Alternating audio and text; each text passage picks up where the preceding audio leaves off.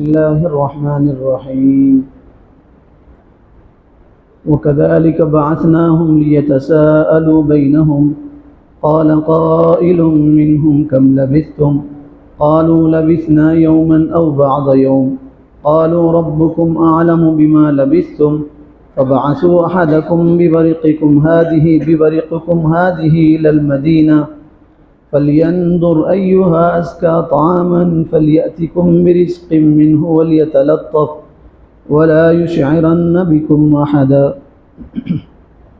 سورہ کہف کی آیت نمبر 19 ہے۔ اس آیت میں اللہ تعالیٰ نے اصحاب کہف کے بارے میں بتایا۔ اصحاب کہف کو، کہف والوں کو اللہ نے سلایا اور 350 سال کے بعد وہ جاگے۔ 350 سال کے بعد اللہ تعالیٰ نے ان کو جگایا۔ جب وہ 350 سال کے بعد جاگے تو آپس میں کہنے لگے ہم دن یا دن کا کچھ حصہ سوئے رہے۔ آپس میں ایک دوسرے سے کہنے لگے یہ بتاؤ ہم کب تک سوئے رہے؟ تو آپس میں ایک دوسرے سے کہنے لگے ہم دن اور دن کا کچھ حصہ سوئے رہے۔ پھر کہا قالوا ربکم اعلم بما لبثتم، پھر سب نے مل کے کہا اللہ جانتا ہے ہم کتنے دن سوئے رہے، کتنے دیر سوئے رہے۔ پھر آپس میں مشورہ کیا اور کہا ایک آدمی کو پیسے دے کے شہر کی طرف بھیجنا چاہیے، اور وہ آدمی جا کے شہر سے پاکیزہ کھانا لے کے آئے، حلال کھانا لے کے آئے۔ حرام اسلام میں اللہ تعالیٰ نے اجازت نہیں دیا، کسی بھی مذہب میں حرام کھانے کی اجازت نہیں۔ پچھلے جتنی قومیں آئی اور آسمانی کتابیں آئی، سب کتابوں میں یہ بات تھی کہ تم حلال کھاؤ، حرام اللہ کو پسند نہیں۔ جو بدن حرام سے پرورش پاتا ہے وہ جہنم کا مستحق ہوتا ہے۔ جو بدن حرام سے پرورش پاتا ہے وہ جہنم کا مستحق ہوتا ہے۔ تو دیکھیے کہف والے کہہ رہے ہیں، اصحاب کہف کہہ رہے ہیں کہ ایک آدمی کو بھیجیں اور وہ پاکیزہ مال لے کے آئے، اچھا کھانا لے کے آئے۔ حرام کھانے کی نحوست یہ ہے، حرام کھانے سے عبادت کی توفیق نہیں ملتی، حرام کھانے سے اولاد نافرمان ہوتی۔ جو آدمی حرام کھاتا ہے علماء نے لکھا ہے اس کی اولاد اسے ستاتی ہے، اولاد اس کو خون کے آنسو رلاتی ہے، اس کی اولاد اسے زندگی بھر تڑپاتی ہے، اس کی اولاد اس کے لیے بوجھ بن جاتی ہے، اور اولاد نافرمان ہو جاتی ہے، اور اولاد باپ سے لڑنے لگ جاتی ہے۔ تو جو حرام کھاتے ہیں حرام ان کی نسلوں میں منتقل ہو جاتا ہے، اور ان کی اولاد ان کو ناراض کرتی ہے۔ حرام کھانے والوں کی اولاد نافرمان ہوتی ہے، اس لیے فرمایا حلال رزق کھاؤ۔ قرآن میں اللہ نے رسولوں سے فرمایا یا ایھا الرسل کلوا من الطیبات واعملوا صالحا، اے رسولو پاک مال کھاؤ اور نیک عمل کرو۔ اللہ نے پاک مال کے بعد نیک عمل کا تذکرہ کیا اور فرمایا پاک مال کھانے والوں کو اللہ نیک عمل کی توفیق عطا فرماتے ہیں۔ آج جو نمازوں میں دل نہیں لگ رہا، نیکیوں میں طبیعت نہیں لگ رہی، آدمی قرآن پڑھتے پڑھتے بور ہو جاتا ہے، اس کی وجہ یہ ہے کہ کہیں نہ کہیں ہمارے مال میں حرام کی آمیزش ہوگی اور حرام مل گیا۔ حضور نے حدیث میں فرمایا آدمی حلال سے کپڑا خریدے، 9 درہم حلال کے تھے، 1 درہم حرام کا تھا، تو جب تک کپڑا اس کے بدن پہ رہے گا اللہ رسول کی لعنت برستی رہے۔ نیک کام کرنے میں حلال کا بہت بڑا دخل ہے۔ جو لوگ نیک کام نہیں کرتے تو سمجھو ان کی آمدنی میں کہیں نہ کہیں حرام شامل ہو گیا۔ تو یہ اصحاب کہف فرما رہے ہیں کہ آدمی کو بھیجو اور بھیج کے کھانا منگاؤ، اور کھانا پاکیزہ ہونا چاہیے۔ آدمی کو پاکیزہ چیز کھائے، ایسی چیز کھائے جس سے اس کے بدن میں طاقت آئے۔ ایسی چیز نہیں کھانا چاہیے جس سے وہ بیمار ہو جائے، ایسی چیز نہیں کھانا چاہیے جو اس کے بدن کے لیے نقصان دہ ہے۔ اسلام میں حرام ہے۔ اللہ تعالیٰ نے قرآن میں فرمایا دیکھو کھاؤ لیکن اسراف مت کرو، اچھا مال کھاؤ، اسراف اللہ کو پسند نہیں۔ ایسی چیز کھا رہے ہیں جس سے آپ کے بدن میں نقصان ہو رہا، بیماری ہو رہی، تو وہ چیز کھانا جائز نہیں۔ دنیا کے کسی بھی عالم سے پوچھو جس سے آدمی کے بدن میں بیماری ہوتی اور کھا رہا، اور کتنے بیوقوف ہیں وہ لوگ جو تھوکتے ہیں اور کھاتے ہیں اور اپنی طبیعت خراب کر لیتے ہیں۔ اگر اس حالت میں وہ کھاتے کھاتے مر گیا تو خودکشی کی موت ہے، حرام موت ہے، خودکشی کی موت ہے۔ فرمایا پاکیزہ مال کھاؤ۔ اللہ تعالیٰ نے فرمایا پاکیزہ مال کھاؤ، ایک آدمی کو بھیجے کہ وہ پاکیزہ رزق لے کے آئے۔ اس کے بعد کہف والے کیا کہہ رہے ہیں اللہ نے اس کو ذکر کیا، فرمایا وَلْيَتَلَطَّفْ وَلَا يُشْعِرَنَّ بِكُمْ أَحَدًا، سنو نرمی اختیار کرو، سختی اختیار مت کرو، ولیتلطف، جاؤ بازار میں جھگڑا مت کرو کسی سے، اونچی آواز میں بات مت کرو، عاجزی اختیار کرو، تواضع اختیار کرو، نرمی اختیار کرو، جھگڑا مت کرو، سختی اختیار مت کرو۔ قرآن کے بیچ کا حرف ہے، پورے قرآن کے بیچ کا حرف ہے ولیتلطف۔ آپ جب بھی سورہ کہف پڑھیں گے تو قرآن میں بڑے حرفوں میں لکھا ہوا ملے گا آپ کو ولیتلطف۔ یہ جملہ قرآن کے بیچ کا حصہ ہے، قرآن کا درمیان ہے، قرآن کا درمیان۔ قرآن کے 3,04,786 حروف ہیں، 3 لاکھ تک تو تمام مفسرین متفق ہیں، 3 لاکھ قرآن کے حروف ہیں۔ اس کے بعد بہت سارے علماء نے لکھا ہے 3,04,787 یا 86 حروف ہیں قرآن کے، اور قرآن کے سب سے بیچ کا حرف ہے تا، ولیتلطف کا تا۔ اس کے بعد لام یہ بعد کا حروف ہے، قرآن کا سب سے بیچ کا حرف ہے تا، ولیتلطف کا تا، 2 نقطے والا تا، یہ قرآن کا سب سے بیچ کا حرف ہے۔ اللہ تعالیٰ نے قرآن کے بیچوں بیچ فرمایا تم نرمی اختیار کرو۔ قرآن کے بیچوں بیچ اللہ نے پیغام دیا کہ دیکھو تم نرمی اختیار کرو، سختی اختیار مت کرو۔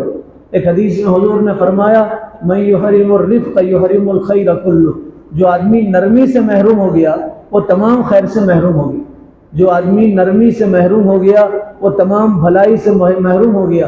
آدمی میں چاہیے نرمی ہو، عاجزی ہو، تواضع ہو، انکساری ہو۔ ایک حدیث میں رسول اللہ نے ارشاد فرمایا آدمی اس کے اندر جتنا نرمی ہوگی خیر کے اتنے زیادہ درجات ہوں گے، اور اگر آدمی میں سختی جتنی زیادہ ہوگی تو شر کے اس کے اندر اتنے زیادہ درجات ہوں گے۔ نرمی والا اللہ کو پسند ہے، جو نرمی اختیار کرتا ہے وہ اللہ کو پسند ہے، اور جس میں سختی ہوتی ہے وہ اللہ کو پسند نہیں۔ نرمی اختیار کرنے والا بندہ اللہ کو محبوب ہے، سختی اختیار کرنے والا محبوب نہیں ہے۔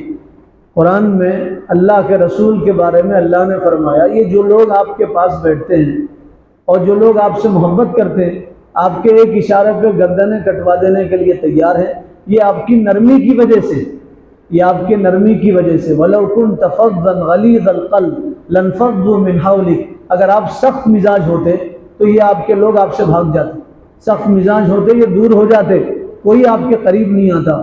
آپ میں نرمی تھی۔ اما جان حضرت عائشہ فرماتی ہیں رسول اللہ تشریف فرما تھے، یہودیوں کی جماعت آئی اور یہودیوں نے حضور کو سلام کیا اور یوں کہا السلام علیکم، السلام علیکم۔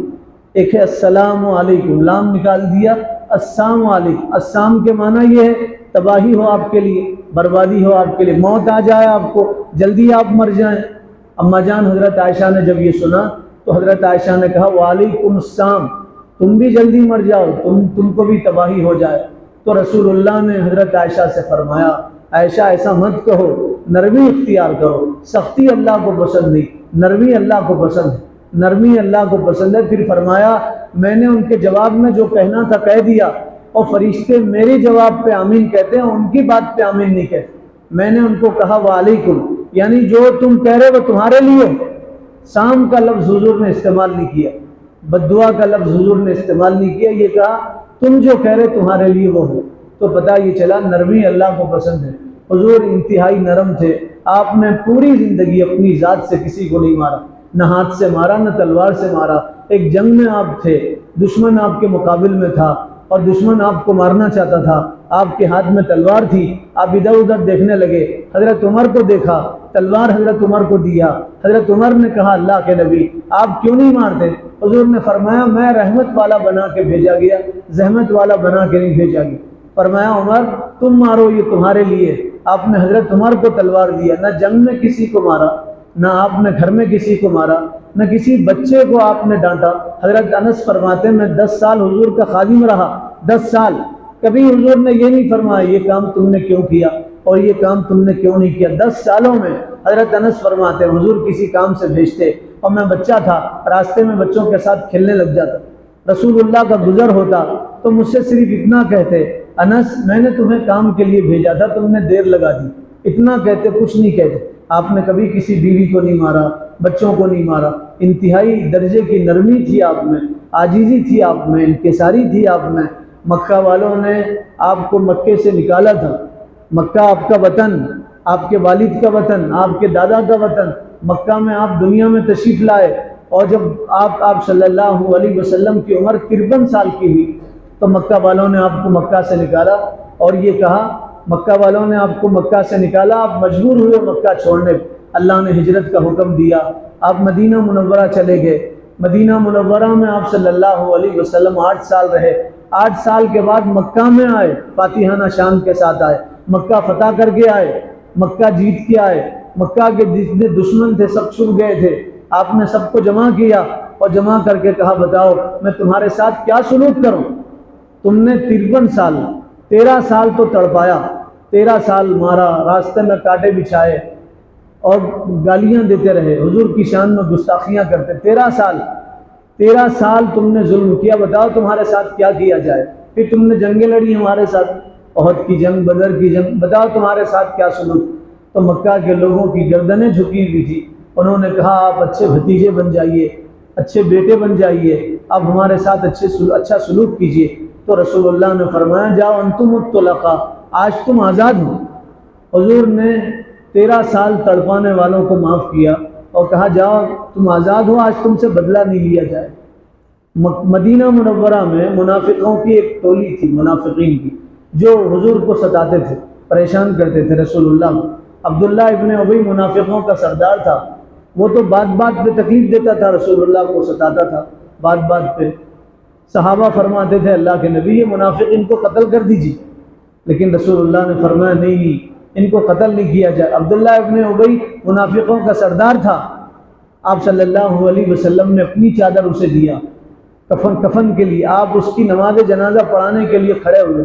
اللہ نے فرمایا آپ 70 مرتبہ بھی نماز جنازہ پڑھو تو ہم اس کی مغفرت نہیں کریں گے، جو آپ کو ستاتا تھا آپ اس کے ساتھ نرمی کا معاملہ کر رہے۔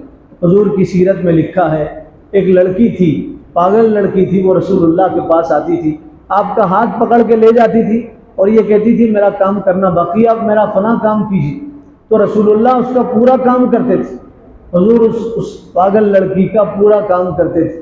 نرمی آدمی میں ہونا چاہیے۔ حدیث میں حضور نے فرمایا جس کو اللہ تعالیٰ نے کوئی عہدہ دیا اور منصب دیا، امارت دیا، وہ لوگوں کا امیر بنا اور وہ لوگوں کے ساتھ سختی کرے، تو حضور نے فرمایا یا اللہ تو بھی اس کے ساتھ سختی فرما، اور فرمایا جس کو کوئی عہدہ ملے اور منصب ملے اور لوگوں کے ساتھ نرمی کرے تو اللہ کے رسول نے فرمایا یا اللہ تو بھی اس کے ساتھ نرمی کا معاملہ فرما۔ حضور نے صحابہ کو نرمی کی تعلیم دیا اور فرمایا نرمی تواضع اللہ کو پسند، جو تکبر کرتا ہے اللہ اسے ذلیل کرتے اور جو تواضع اختیار کرتا اللہ اسے بلند مرتبہ عطا فرماتا۔ تو اللہ تعالیٰ نے قرآن کا جو بیچ حرف ہے اس میں ارشاد فرمایا دیکھو نرمی اختیار کرو، نرمی اللہ تعالیٰ کو پسند ہے، سختی اللہ کو پسند نہیں۔ نرمی جس میں ہوتی ہے اسے بہت خیر ملتی ہے، اور جس میں سختی ہوتی ہے، جو سخت دل ہوتے ہیں تو بہت سارے خیر سے محروم ہو جاتے ہیں۔ آج بھی کئی لوگوں سے سنا جاتا ہے، لوگ کہتے ہیں تم مجھے پہچانتے نہیں، میں کون ہوں؟ لوگ کہتے ہیں تم مجھے پہچانتے نہیں، لوگوں سے معلوم کرو میں کتنا خطرناک ہوں۔ تو درندہ ہے خطرناک ہونے کے لیے؟ وہ تو درندے خطرناک ہوتے ہیں، ان میں سختی ہوتی ہے، تو اشرف المخلوقات ہے، نبی کا امتی ہے، مسلمان ہے، اللہ کا بندہ ہے، اپنے آپ میں عاجزی اختیار کر۔ وہ تو جانوروں کی کیفیت ہوتی ہے، کسی کو سنگ مار دیتے ہیں، کسی کو لات مار دیتے ہیں، کسی کو دم مار دیتے ہیں، کسی جگہ چارہ دکھے تو چر لیتے ہیں، پانی دکھے تو پی لیتے ہیں، یہ تو جانوروں کی علامت ہے۔ گھر میں بھی جاؤ تو نرمی اختیار کر کے جاؤ، ہر معاملے میں آدمی کو چاہیے نرم ہونا چاہیے، اور درگزر کا معاملہ ہو، عفو کا معاملہ، جو لوگوں کی غلطیوں کو معاف کرے گا اللہ تعالیٰ اس کی بڑے بڑے گناہوں کو معاف کرے گا۔ جو لوگوں کو درگزر کرے گا اللہ قیامت کے دن اسے درگزر کرے گا، جو لوگوں کو معاف کرے گا اللہ اسے معاف کرے گا۔ اس لیے اپنے اندر معافی کی صفت، اخلاق حمیدہ، نرمی ہونا چاہیے، عاجزی اور تواضع ہونا چاہیے، تکبر نہیں ہونا چاہیے۔ پڑھو آپ جن لوگوں نے تکبر کیا اللہ تعالیٰ نے ان کو ذلیل کیا۔ فرعون نے تکبر کیا، پانی کے عذاب سے اللہ نے اسے مار دیا۔ قارون نے کہا میرا مال ہے، میں نے کمایا ہے، اپنی محنت کا ہے، تو اللہ نے قارون کو مال کے ساتھ زمین میں دھسایا اور بتایا جو جتنا اڑے گا اللہ اسے اتنا دبائیں گے، جو جتنا اڑنے کی کوشش کرے گا اللہ تعالیٰ اسے اتنا زیادہ دبائیں گے۔ کسی شاعر نے کہا سورج کو ڈوبتے ہوئے دیکھو، دوپہر میں عروج میں ہوتا ہے اور بعد میں پھر زوال پذیر ہوتا ہے۔ جو زیادہ عروج کرتا ہے اس کو زوال ہے، اس کو زائل ہونا ہے، اسے ختم ہونا ہے۔ تو اللہ تعالیٰ کو نرمی پسند ہے۔ اللہ نے قرآن کے بیچوں بیچ فرمایا وَلْيَتَلَطَّفْ، اس جملے کو ہمیشہ یاد رکھو، اسے آپ محفوظ کر لو اور اسے حفظ کر لو. وَلْيَتَلَطَّفْ اللہ فرما رہے ہیں قرآن کے بیچ میں 15 پارے ادھر ہے 15 پارے ادھر ہے, قرآن کا بیچ ہے, اللہ بیچ میں فرما رہے ہیں وَلْيَتَلَطَّفْ تمہیں چاہیے کہ تم نرمی اختیار کرو. نرمی اللہ کو پسند ہے, سختی اللہ کو پسند نہیں. اللہ عمل کی توفیق عطا فرما دے. سبحان اللہ و بحمدہ سبحانک اللہ